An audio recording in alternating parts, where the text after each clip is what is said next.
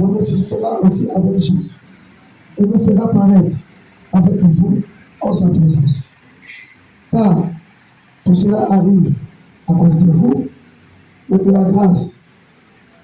On se multipliant face abondée à la gloire de Dieu, les actions de grâce et plus grandes.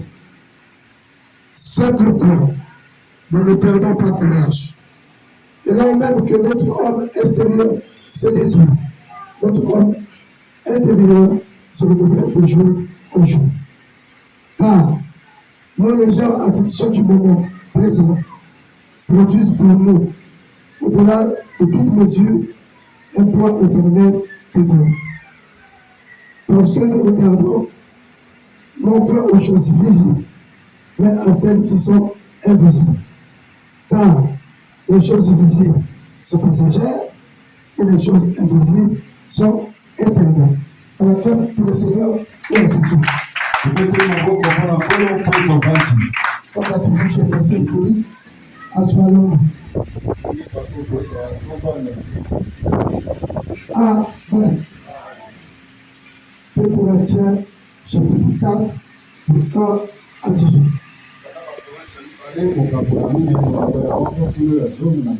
Amen. Je pouvais attribuer un terme, mais il y a déjà un terme. Lèvons-nous et bâtissons. Amen. Mais dans le contexte du passage, nous parlerons comme super de l'évoluer bâtissant la lumière. Amen. Amen. On parlera de la lumière. Amen. Amen. J'ai essayé de lire. De lire ce passage.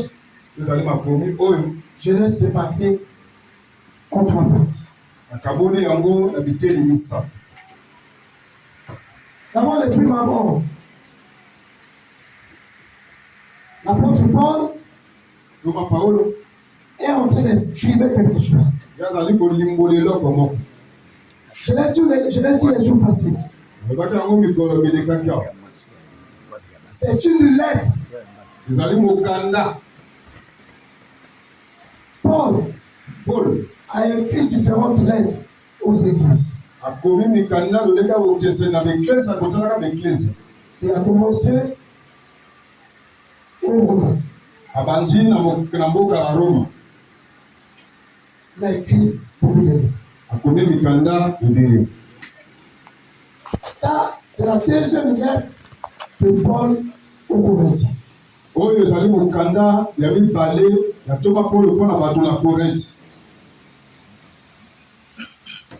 Tiens, frère, c'est mon soin, mon père, pour avoir un appel.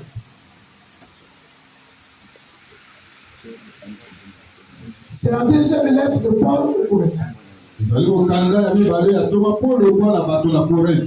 J'avais dit les jours passés. Moi, j'avais intervenu lors du séminaire le jeudi et le vendredi.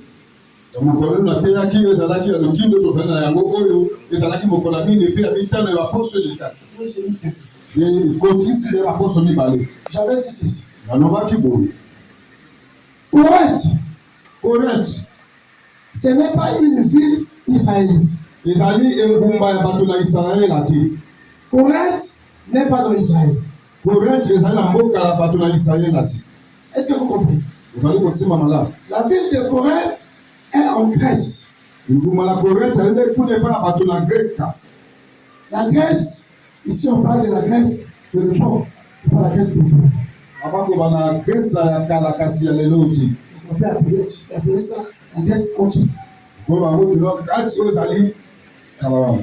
Est-ce que vous comprenez? Donc, Corinthe est en Grèce. La Grèce est proche de la Turquie.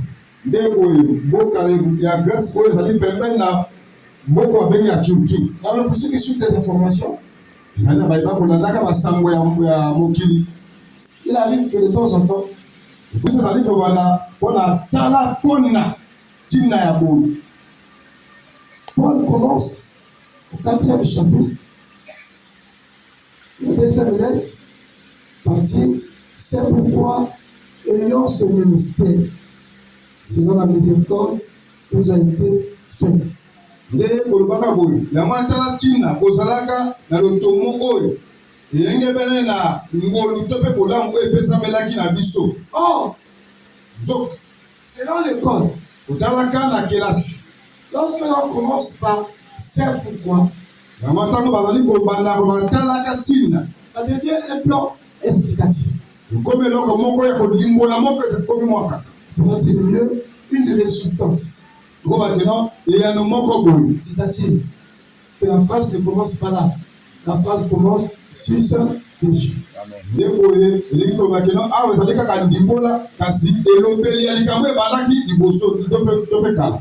qu'on a quand même l'idée? Si nous lisons le verset 18 du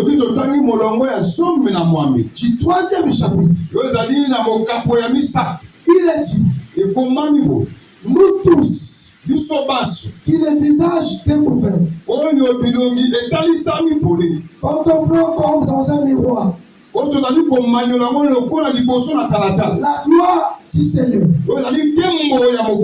nous sommes transformés en la même image,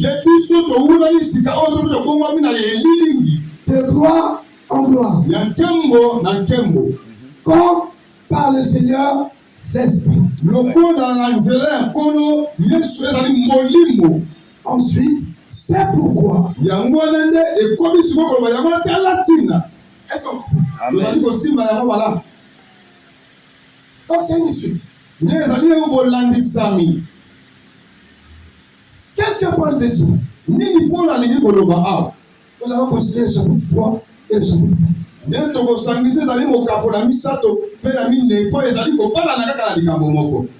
Il a exprimé un comportement. C'est tellement il a constaté. N'oublions pas, je venais de le dire, Corinthe n'était pas une ville israélite. Et la Grèce n'a pas été sous la domination israélite. La Grèce avait ses lois. Est-ce que vous comprenez? Donc, c'est une ville païenne qui a reçu la doctrine de Jésus. Et quand les gens viennent à la prière, au lieu de marcher selon la doctrine de Jésus, les hommes cherchent à concilier leurs coutumes, leurs habitudes avec la loi de l'Église.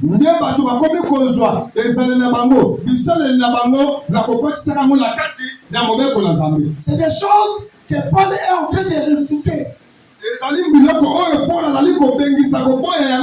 Ce n'est pas de cette manière. Mais je vous ai appris l'évangile.